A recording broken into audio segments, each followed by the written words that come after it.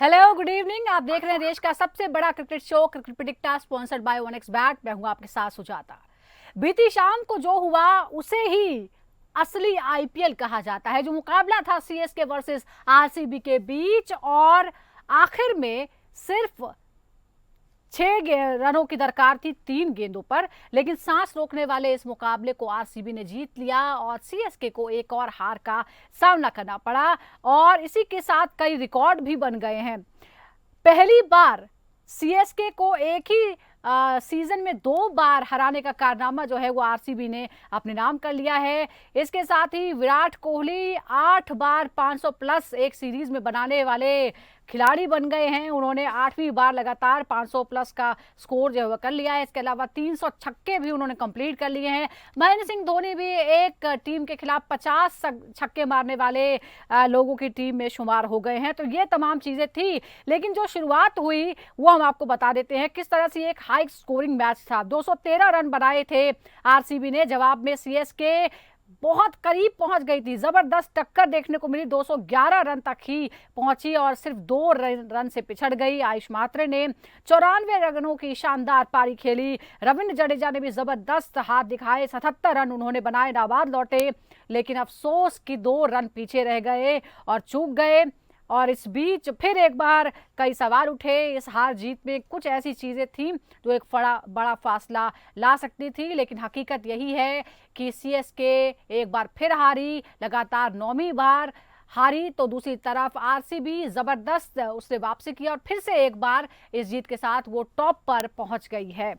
इस पर भी हम बात करेंगे। और आज जो है वो है डबल हेडर। दोनों मुकाबले आज होने वाले हैं। पहला मुकाबला केकेआर वर्सेस आरआर के बीच होने वाला है। ईडन गार्डन्स में ये मुकाबला है। और इस बीच अगर हम देखें तो दोनों ही टीमों का 31 बार आमना सामना हुआ है, जिसमें 15 बार केकेआर और 14 बार आरआर ने जीत हासिल की है। अगर हम ईडन गार्डन्स की ही बात करें तो इनकी 11 बार कुल मिलाकर टक्कर हुई है, जिसमें 6 बार केकेआर, 5 बार राजस्थान और 1 बार बेनतीजा रहे हैं मुकाबले। आज क्या होगा इस नतीजे पर हमारी नजर रहेगी। दूसरे मुकाबले की हम बात करते हैं जो आज शाम को हिमाचल प्रदेश में खेला जाना है। वो होने वाला है पंजाब के बीच। पंजाब और लखनऊ सुपर जायंट्स यहां पर आमने सामने होने वाले हैं। अगर हम दोनों के बात करें तो अभी पॉइंट्स टेबल में 6 मुकाबले जीते हैं। अगर हम बात करें दोनों ही टीमों की तो 10 में से 6 और 10 में से 5 मुकाबले लखनऊ ने जीते हैं। 5 मुकाबले, छठे नंबर पर है वो। और इसके साथ ही चौथे नंबर पर है पंजाब, जिसने 6 मुकाबले जीते हैं। आमने सामने की अगर हम टक्कर की बात करें तो उसमें भी जो टीमें हैं उसका भी हम हिसाब बता देते हैं, भारी कौन सी पड़ती है। 10 मैचों में आमना सामना हुआ है। 6 बार जो है वो जीते हैं, 3 बार हारे हैं। वहीं लखनऊ सुपर जायंट्स ने कुल मिला के जो 10 मुकाबले खेले हैं, जैसा मैंने आपको बताया कि 5 मुकाबलों में जीत, 5 में हार का सामना करना पड़ा है। 10 अंक उसके पास है। तो आज के इस मुकाबले की हम बात करते हैं कि आखिर कौन किस पर भारी पड़ सकता है, क्योंकि अब जो है वो आगे बढ़ने की दौड़ है ये कि कौन आखिर टॉप 4 में बचेगा, वही आगे का सफर तय करेगा। क्या होने वाला है इस पर हम बात करते हैं। 2 खास मेहमान हमारे साथ जुड़ गए हैं। हमारे साथ है पूर्व अंतर्राष्ट्रीय और आईपीएल अंपायर अनिल चौधरी और सीनियर स्पोर्ट्स जर्नलिस्ट ताउज रिजवी। अनिल जी, मैं आज के मुकाबलों की बात करूंगी, लेकिन कल के जो मुकाबले की हम बात करते हैं, हमने कुछ ज्यादा ही खिंचाई कल सीएसके की कर दी थी और ये कहा था कि वो कहीं कंपटीशन में नहीं है, वो जीतना ही नहीं चाहते हैं।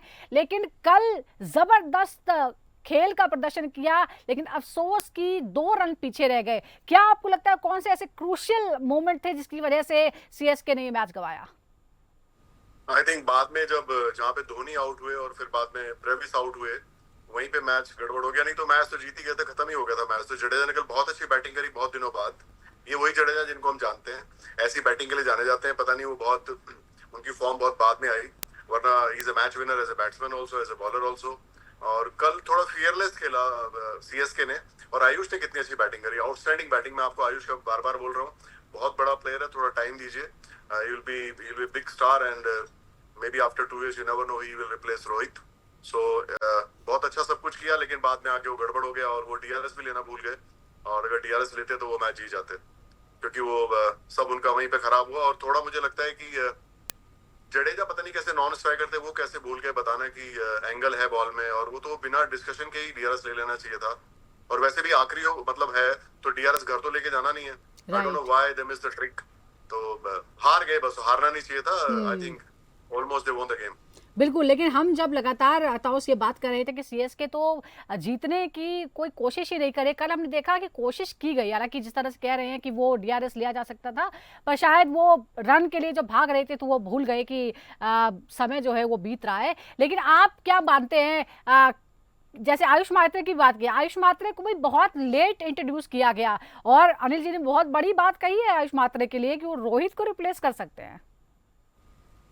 एग्जैक्टली सही अग्री करता हूँ। टैलेंटेड बैट्समैन है, फ्लो अच्छा है उनके बल्ले बल्ले से आता है, टाइमर ऑफ द बॉल है और स्पेशल क्रिकेट से आते हैं, तो बेसिक्स उनका बहुत ज्यादा सही है और डेफिनेटली वो रिप्लेस तो कर ही सकते हैं फ्यूचर में। और टेस्ट क्रिकेट में लॉन्गर फॉर्मेट में मैं देखा उनको रणजी ट्रॉफी में अच्छा करते हैं, कॉन्फिडेंस लेके आते हैं, वो सबसे इंपॉर्टेंट है यंगस्टर के लिए। पर कल की बात रही कि भाई डेविड ब्राविस मिस्टेक तो बहुत बड़ा किया इन्होंने, रविंद्र जडेजा क्या कर रहे थे वहां पर, और लेना चाहिए था उनको, या अंपायर को एटलीस्ट मतलब कहीं ना कहीं इंडियो दे देना चाहिए था कि अंपायर की तरफ इशारा कि भाई हम लेना चाहेंगे। मगर एट द एंड आप बहुत ज्यादा कंफ्यूज लग रहे थे, शायद प्रेशर कहीं ना कहीं उनको कंज्यूम कर गया। ऑब्वियसली पता ही था यार, फुल टॉस गेंद है सामने आ रही लाइन में, तो आप आउट तो चक्कर तो लग रहा ही था। मगर Jadeja, I don't know, I believe it's more of Jadeja call rather than David Brevis. But at the end it's a good fight put up by CSK. मुझे लग रहा नहीं था कि यार कुछ भी फाइट पुट अप कर पाएंगे, मगर यार यही तो बात है ना कि आपको टैलेंट जल्दी इंट्रोड्यूस करना चाहिए। आयुष मात्रे जैसा या शेख रशीद जैसा, आपने बहुत ज्यादा डिपेंड हो गए टॉप ऑर्डर पे, कॉनवे पे या रचिन रविंद्र पे, जो उन्होंने स्टार्ट दिया बट कंटिन्यू नहीं कर पाए, जो बहुत ज्यादा नुकसान किया चेन्नई सुपर किंग्स को।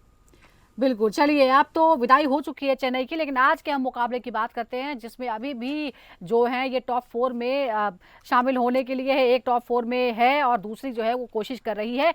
हम यहाँ देख रहे हैं जो हमारे सामने है, जैसे कि मैंने आपको बताया, जो सफर रहा है नंबर 4 और नंबर 6 पर जो है वो दोनों टीमें नजर आ रही हैं। लखनऊ और पंजाब के बीच अगर हम 3 बल्लेबाजों की बात करें अनिल जी, तो 300 से ज्यादा रन जो है वो उन्होंने ही बनाए हैं।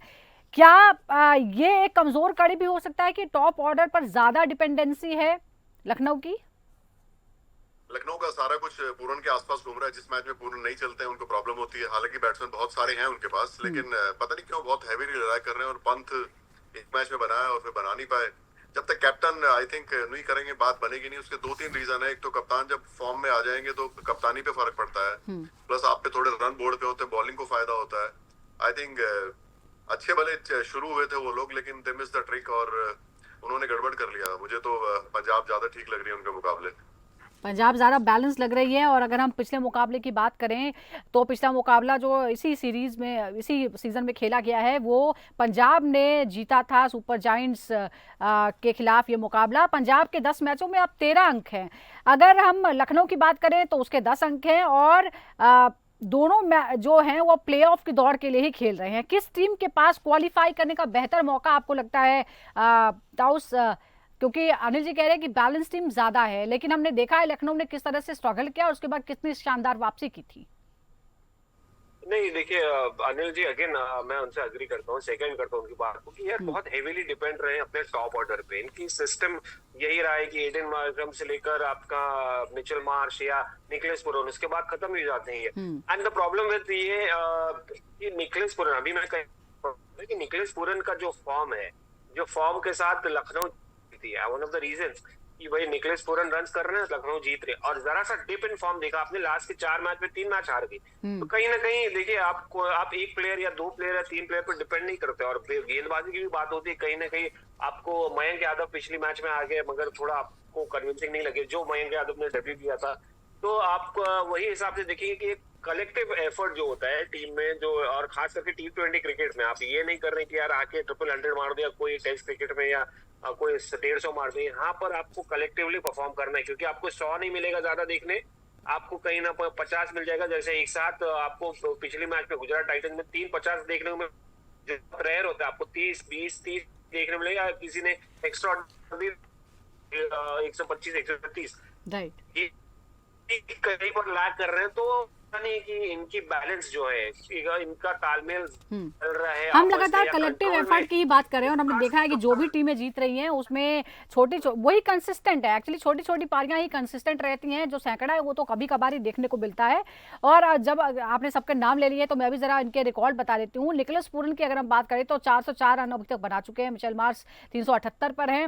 एडम मार्करम की बात करें 335 और आयुष बदौनी 252। यानी जो हमने 3 नाम लिए हैं वो देखिए किस तरह की फॉर्म में नजर आ रहे हैं। पंजाब किंग्स की अगर हम बल्लेबाजों की बात करें तो श्रेयस अय्यर है 360, प्रभ सिमरन जो है 346, प्रियांश आर्या 346, नमनधीर 155 और शशांक सिंह 111।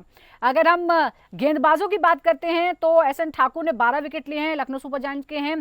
डीएस राठी, आवेश खान 10, डीएस राठी 10 और रवि बिश्नोई 9 विकेट ले चुके हैं। पंजाब की तरफ से चहल ने 13 विकेट लिए हैं, अर्शदीप सिंह 13, जॉनसन 10 और फर्ग्यूसन 5 विकेट उन्होंने लिए हैं। अब बड़ा सवाल यह है कि दोनों टीमों में सीजन में एक दूसरे के खिलाफ जो भिड़ी थी तो पंजाब 8 विकेट से शानदार जीती। क्या अनिल जी आपको लगता है कि कुछ ऐसी चीजें लखनऊ ने सीखी हैं उस दौरान कि अब पंजाब पर वो भारी पड़ सकती है, पिछले मुकाबले का बदला ले सकती है? एक तो वो स्पिनर्स को ठीक खेले, चहर को खेलना पड़ेगा क्योंकि बाद में चहल और बरार उनको तंग कर सकते हैं। पहले भी यही हुआ। और अर्शदीप अच्छी बॉलिंग करेंगे अब मेरे ख्याल लग रहा है, और यॉनसन तो अच्छी कर रहे हैं। आई थिंक उनका जो बेस्ट फास्ट बॉलिंग है वो यॉनसन ही कर रहे हैं जब से आए हैं। और फर्गूसन अगर खेलते हैं तो उनका पेस अलग है, लेकिन वो डिपेंड करेगा कितने ओवरसीज वो प्लेयर खिलाते हैं। जनरली वो 3 खिलाते हैं। और इनका मिडिल ऑर्डर पहले तो देखिए स्टार्ट इनको मिल जाए, विच इज देवर, बट बाद में आके फिर वो क्योंकि पंत आउट हो जाते हैं फिर और बीच में फिनिश नहीं कर पा रहे। इनका कुछ 70% टाइप चल रहा है, लोग 100% नहीं हो पा रहा, कहीं ना कहीं लैग कर रहे हैं। आवेश खान डालेंगे तो फिर वो बाद में कोई दूसरा उनको सपोर्ट नहीं मिलता कई बारी। तो ओवरऑल अगर टीम और कप्तानी में भी देखें ना वो कितना आगे हैं। अय्यर बहुत आगे हैं कप्तानी में, बहुत बढ़िया कप्तानी कर रहे हैं पंत के मुकाबले। तो T20 में जो कैप्टन के मूव होते हैं उनसे बहुत फर्क पड़ता है। और छोटे छोटे क्योंकि 10-15 रन का मार्जिन सिर्फ टोटल होता है T20 में, अगर 20 या 25 का मार्जिन हो जाए तो बड़ी जीत हो जाती है। तो वो छोटे छोटे मूव में उनसे पंजाब आगे है और ये मुश्किल रहेगा लखनऊ के लिए मैच में। ये तो नहीं कहता कि लखनऊ जीत नहीं सकती, बट चांसेस मुझे लग रहा है कि जो पंजाब का कॉम्बिनेशन है, पंजाब के चांसेस और कॉम्बिनेशन की वजह से ज्यादा हैं। पिछले 5 मुकाबलों में जब आमना सामना हुआ है तो पंजाब ने 3 जीते हैं और लखनऊ ने 2 जीते हैं, यानी यहाँ भी थोड़ा सा जो है वो भारी पड़ती है। अगर हम आईपीएल 2025 के मुकाबलों की हम बात करते हैं, प्रियांश आर्या आपको याद होगा किस तरह से अपनी सेंचुरी मारने के बाद वो लाइमलाइट में आए थे। सीएसके के खिलाफ उससे पिछले मुकाबले में 23 रन, उससे पहले 69 रन, 22 रन, 16 रन और 22 रन बनाए थे और उसके अलावा सेंचुरी भी। अगर हम दूसरे प्रभ सिमरन सिंह की बात करते हैं तो 54 रन सीएसके के खिलाफ, केकेआर के खिलाफ 83 रन, आरसीबी के खिलाफ 33, आरसीबी के खिलाफ 13 और केकेआर के खिलाफ 30 रन। अगर हम पिछले 5 मैचों में मिचेल मार्श की बात करते हैं तो एमआई के खिलाफ 34, उससे पहले दिल्ली के खिलाफ 45, आरआर के खिलाफ 4, सीएसके के खिलाफ 30 और 18। ये जो है वो रिकॉर्ड हम आपको दिखा रहे हैं। ये तमाम जो खिलाड़ी हैं इसी से ये पता चलता है कि कौन किस पर भारी पड़ सकता है। आप जरा हम जो आज का वेन्यू है धर्मशाला का उसकी बात करते हैं। यहाँ पर 13 जो मुकाबले खेले गए हैं उसमें पहले बल्लेबाजी करते हुए जीते गए मैच हैं 8 और दूसरी बार बल्लेबाजी करने पर 5 मैच जीते गए हैं। अगर हम टॉस जीतकर खेले गए मुकाबलों की बात करते हैं तो 16 और टॉस हार कर जो है वो मैच जीते गए हैं 7। हेड टू हेड की हम जरा जिक्र जब देखते हैं, पंजाब में 5 में से 3 मुकाबले जो है वो जीते हैं और 2 जो है वो लखनऊ, जो दोनों इस टीम सीजन में शानदार फॉर्म में नजर आ रही है। क्या हम एक हाई वोल्टेज मुकाबले की उम्मीद करें? और हम वेन्यू को भी देख लेते हैं। ताउस वेन्यू जो है जहां पर ज्यादा मैच नहीं हुए, 13 ही मैच हुए हैं, जिसमें पहले बल्लेबाजी करने का थोड़ा एज है 8 मुकाबले। आपको लगता है कि एक तो लय पंजाब के पास है, ऊपर से रिकॉर्ड भी पंजाब के पास है और आज मैदान भी पंजाब के पास है क्योंकि ये उसका होम ग्राउंड है। मैदान भी पंजाब के पास है, खूबसूरत वेदर भी है, बाय द वे कई धर्मशाला है और खूबसूरत वेन्यू भी है। बल्लेबाजी विकेट है यहाँ पर, मुझे लगता है प्रियांश आर्या एंजॉय करेंगे। देखिए अनिल जी कुछ कहना चाहते हैं, मगर उनसे पहले मैं कंप्लीट कर लूं कि मुझे लगता है बल्लेबाजी यहाँ पर इन दोनों की होगी। प्रियांश आर्या, प्रभ सिमरन सिंह जिनको लाइसेंस मिल गया है खेलने का, और यही जबरदस्त बात है कि यंगस्टर्स को बिना कोई भी के बाद एंजॉय करिए, बाकी हम नीचे संभालेंगे। That is something beautiful. And again dry weather होगा। अनिल जी कुछ कहेंगे, उसको कंप्लीट करेंगे। मैं बहुत जरूरी बात कहने वाला जी। हूँ। आप जरा ये भी कंफर्म कर लीजिए कि मैच होगा कि नहीं। ट्रेंड है मौसम की वजह से। आउटफील्ड और पिच की हालत, हाँ ये थोड़ा एक बहुत बड़ा फैक्टर। और अगर ऐसा हुआ तो किसकी मुश्किल पड़ेगी अनिल जी? धर्मशाला की बात कर रहे हैं जी हाँ। अगर मैच में कुछ खलल पड़ता है तो कौन ज्यादा मुश्किल में पड़ेगा? तो ये भी एक फैक्टर है। और उसके बाद क्या होगा, अगर मैच होता भी है तो थोड़ी नमी होगी पिच में, तो फास्ट बॉलर शायद पिक्चर में आ।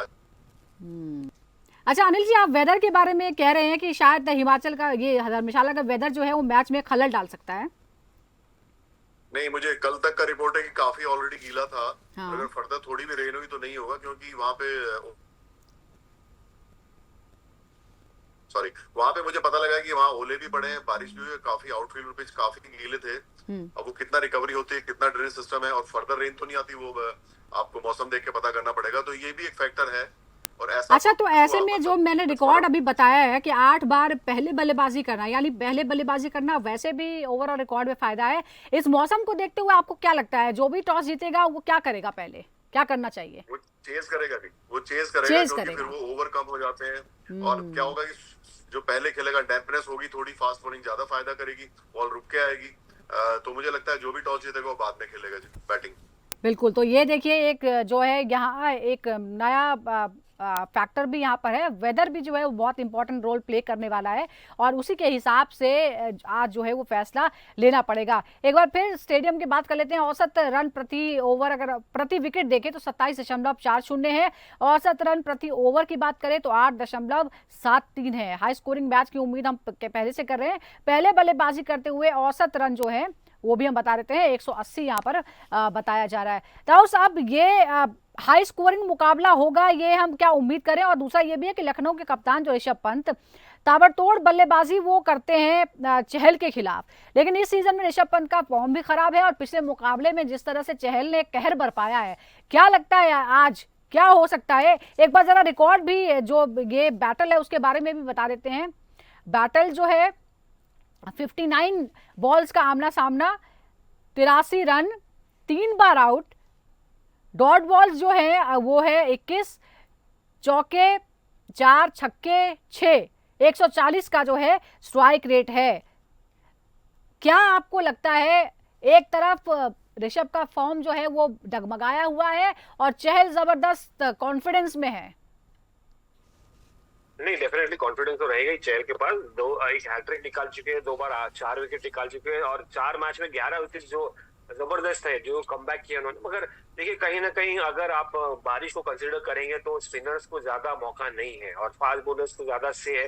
तो ऋषभ पंत के पास अच्छी अपॉर्चुनिटी है जो टाइमर ऑफ द बॉल है। और हाँ, अगर चहल को मौका मिला है, 1 या 2 ओवर मिलेंगे, अगर मैच छोटी हो गई तो इसमें ऋषभ पंत कोशिश करेंगे कि काउंटर अटैक करे। और जिस तरह से फॉर्म चल रहा है उनका ऋषभ पंत का, तो मुझे लगता है it's more he should take up the role of attacking rather than, अगर आप सोचेंगे मेंटली शेल में चले जाएंगे और रन्स बटोरने की कोशिश करेंगे तो नहीं मिलेगा। आप वंस डायमेंशनल करिए और कप्तानी करिए और विकेट कीपर के जॉब को आप ज्यादा सीरियसली लीजिए।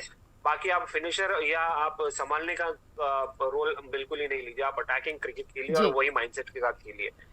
अनिल जी के पास आवाज आ रही है क्या? चलिए, अनिल जी के पास आवाज नहीं जा रही है। अनिल जी आप सुन पा रहे हैं? जी अनिल जी, एक बैटल, जबरदस्त बैटल है हमारे सामने। श्रेयस अय्यर वर्सेस आवेश खान। 15 ही गेंदों का आमना सामना इनके बीच हुआ है। 18 रन पड़े हैं, आउट नहीं कर पाए। डॉट गेंद 5, 15 में से 5 डॉट बॉल से, यानी 10 बॉल ही खेलने को मिली है। 1 चौका 1 छक्का यहाँ पर लगा है। ये दोनों के बीच जो है आउट नहीं कर पाए हैं। ऐसे में क्या आपको लगता है अय्यर के सामने आवेश आज कोई चुनौती रख पाएंगे? और अय्यर जो है वो पिछले मुकाबले में दिखे भी अच्छे फॉर्म में।